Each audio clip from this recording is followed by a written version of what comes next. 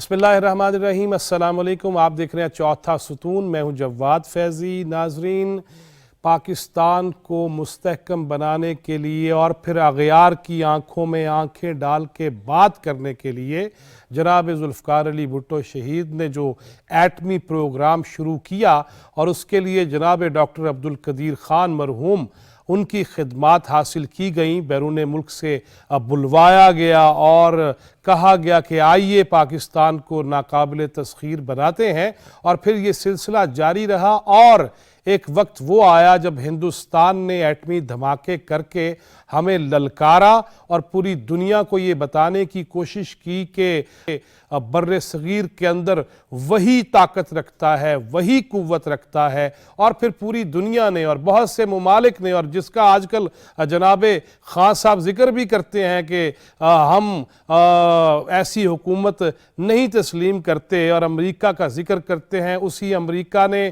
اسی برطانیہ نے اور یورپین کنٹریز نے، یہ سب نے لالچ دیا، دھمکیاں دیں، لیکن اس وقت کے وزیر اعظم میاں محمد نواز شریف نے وہ ایٹمی دھماکے کرنے کا فیصلہ کر لیا اور یہ بھی کہا کہ ہم اپنے ملک کے حوالے سے غیرت حمیت کا مظاہرہ کریں گے۔ اس پہ بھی بات کریں گے، پھر اس کے ساتھ ساتھ آج یہ بات کریں گے کہ ابھی جو 2-3 دن پہلے ہم نے یہاں پہ سرکاری املاک پہ اسلام آباد میں جس طرح حملے دیکھے، آگ کے شعلے بلند ہوتے دیکھے، جس طرح درخت جلتے ہوئے دیکھے، اور جس طرح پولیس اور رینجرز کے اہلکاروں پہ تشدد کیا گیا اور شہادتیں بھی ان کی قسمت میں آئیں، اب خان صاحب کہہ رہے ہیں کہ میں پھر آواں گا۔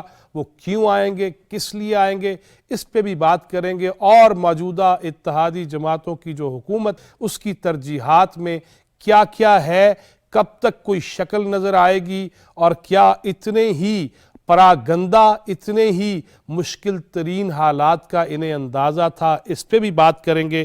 اور اس کے ساتھ ساتھ آج جو پرائیویٹ میڈیا چینلز پہ یہ باتیں ہو رہی ہیں کہ ایک کوئی مبینہ آڈیو لیک ہوئی ہے جس میں عمران خان صاحب جناب آصف علی زرداری سے NRO مانگ رہے تھے، اور پھر مریم نواز صاحبہ نے بہاولپور میں یہ کہا کہ نواز شریف صاحب سے بھی NRO مانگا گیا کہ الیکشن کا اناؤنس کر دیجئے، ہم لانگ مارچ ملتوی کر دیں گے۔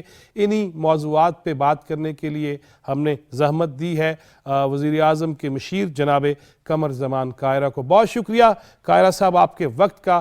فرمائیے گا، پہلے تو 28 مئی اور ایٹمی دھماکے، اور جہاں سے ہم شروع ہوئے، ہمارا ایک جو ماضی، تابناک ماضی، نہ جھکے تھے نہ جھکیں گے، اب آج کے دور میں کیسا محسوس کر رہے ہیں، اور کیا یہ خان صاحب کو نہیں چاہیے کہ 24 سال پہلے ہونے والے دھماکوں کے حوالے سے بھی کوئی لیکچر دیں اپنے نوجوانوں کو، بچوں کو، کہ دیکھو پاکستان کیسے مضبوط تر ہوا تھا؟ بہت شکریہ۔ آج کے دن کے حوالے سے یقیناً یہ ایک بڑا دن ہے پاکستان کی تاریخ میں۔ آج کے دن پاکستان نے یہ ڈکلیئر کیا تھا، عملی طور پہ دھماکے کر کے اپنی ایٹمی قوت کا اظہار کیا تھا، اور اس وقت کے وزیر اعظم میاں محمد نواز شریف صاحب نے عالمی دباؤ کو قبول نہیں کیا، لالچ اور دھمکی دونوں مسترد کرتے ہوئے انہوں نے ڈکلیئر کیا تھا، انہوں نے دھماکے کر کے یہ ثابت کیا تھا کہ ہم صرف علامتی طور پہ نہیں، عملی طور پہ ہمارے پاس یہ کیپیسٹی موجود ہے۔ یہ شہید ذوالفقار علی بھٹو صاحب نے اس کا آغاز کیا۔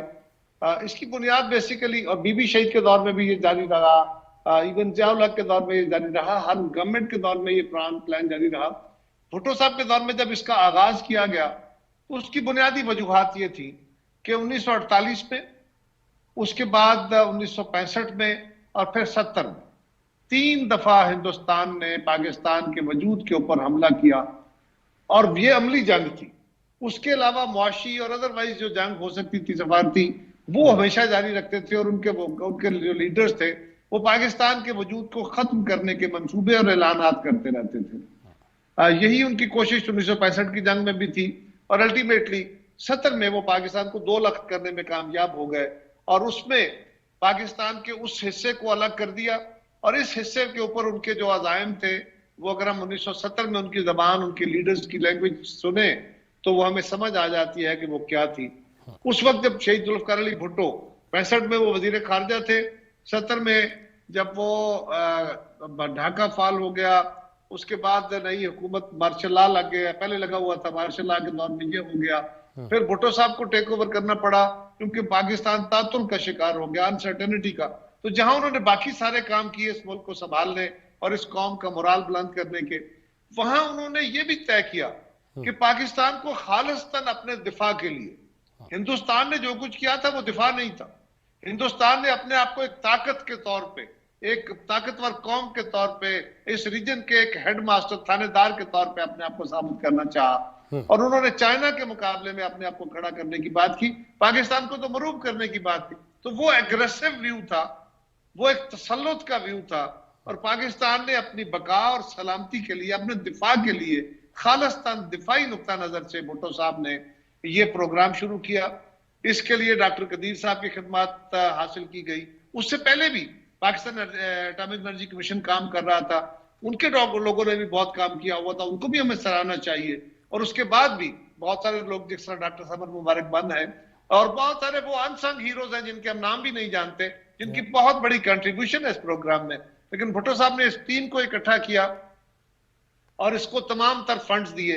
اس فنڈز میں باقی ہمارے دوستوں نے بھی حصے ڈالے، کیونکہ یہ بہت ہی مہنگا، بہت ہی قیمتی پروجیکٹ تھا. جہاں اس کی ٹیکنالوجی بہت مشکل تھی، وہاں اس کے اوپر اخراجات بے پناہ تھے. اور پھر آپ عالمی آنکھوں سے بچ کے، ان سازشوں سے بچ کے آپ نے اس چیز کو کرنا تھا، تو آپ کے اخراجات کئی گنا بڑھ گئے. اس اخراجات کو بھی میٹ کیا گیا.